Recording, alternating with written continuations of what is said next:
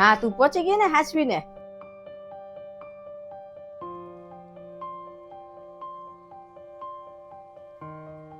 હા હવે લે હું મૂકું હો, પછી હું તારી હારે વાત કરીશ હો ને.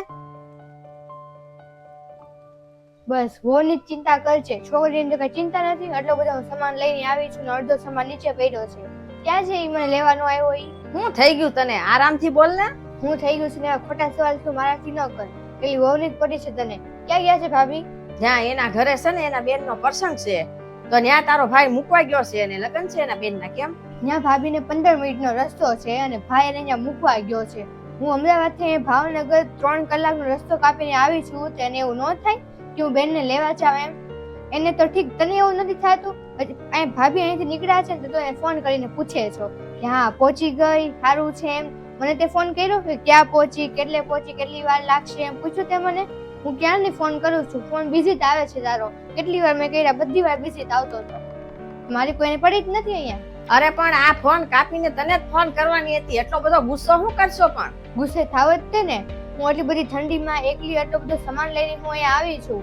મારો પતિ મને કહેતો હતો કે હાલ હું તને છે ને ગાડીમાં લઈ જાવ એમ, ત્યાં તને મૂકી જાવ, પણ મેં જ ના પાડી કે ના ના રહેવા દે, મને મારો ભાઈ છે સ્ટેશનેથી લઈ જશે, ટ્રેનમાં તો હું ટ્રેનમાંથી આરામથી હું આવીશ એમ.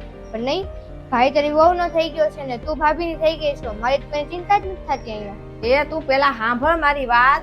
તારી ભાભી મારી હારે છે, મારી ભેગી છે, મારા છોકરાની વહુ છે, એટલે મને ચિંતા થાય ને. અને તું તારા હારે છો તો તારા હાહરિયાને તારી ચિંતા થવી જોઈએ ને.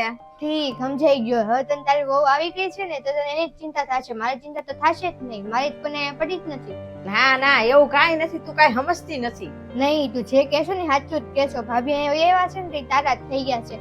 હું જ ગાંડી છું કે આટલો બધો સામાન લઈને ખોટો ધક્કો ખાઈને અહીંયા આવી છું. તું અહીંયા રહેવા આવી છો શાંતિથી કે અમારી યાર બાંધવા આવી છો? તો તારે ન કહેવાય ભાઈને કે પપ્પાને ન કહેવાય ભાઈને કે બેન આવે છે તો તું એને સ્ટેશનેથી લઈ આવે એમ? હું આવતી જ હતી ને, હું ક્યાં ના પાડતી હતી? પણ એ ભાભીને મૂકવા ગયો. 15 મિનિટનો રસ્તો છે ને, એ ભાભીને મૂકવા ગયો. હું રસ્તામાં થતી, એમાં લેવા ન અવાય? હું આવતી જ હતી, મને વાર જરાય નહોતી. ભાઈ મને લેવા આવે, ભાભી અહીં ઘરે ઘડી 10-15 મિનિટ મારી વાટ જોવે, હું ઘરે આવે, હું ભાભીને મળે, ભાભી મને મળે, પછી ભાભી વયા જ જાત. એમાં શું હતું? એમાં કાંઈ નહોતું. ભલે પછી ભાઈ ભાભીને મૂકવા વયા જાત, મને કાંઈ વાંધો નહોતો. હવે હું તો મારા સસુરાલમાં મારા નણંદને માથા પર બેહાડી નાખું છું ને અહીંયા તો મને કાકડાની જેમ કાઢી નાખે છે. હા હવે તું સાંભળ. હવે તારો ભાઈ હમણાં આવશે અને એની વિશે કાંઈ બધું કહેવાની જરૂર નથી, અને શાંતિથી બેસ. હજે થાણું હતું એ થઈ ગયું હવે. હા બસ, દર વખતે મને આવી રીતે ચૂપ કરાવી દો છો. જ્યારે હું અહીંયા આવું ને ગમે એ બાબત હોય ને ગમે ત્યારે તું મને આવી રીતે ચૂપ કરાવી દેશો. મારું તો કઈ સાંભળતું નથી. ના તો તું સાંભળે છે, ના તો ભાઈ સાંભળે છે, ના તો પપ્પા સાંભળે છે, અને ભાભી એ રીતે સામું નથી જોતા. અરે એવું નથી, તું સમજતી કેમ નથી? કારની સમજાવું છું તો. મારે કાંઈ નથી સમજવું. હું જાઉં છું રૂમમાં, મને કઈ બોલાવતું નહીં.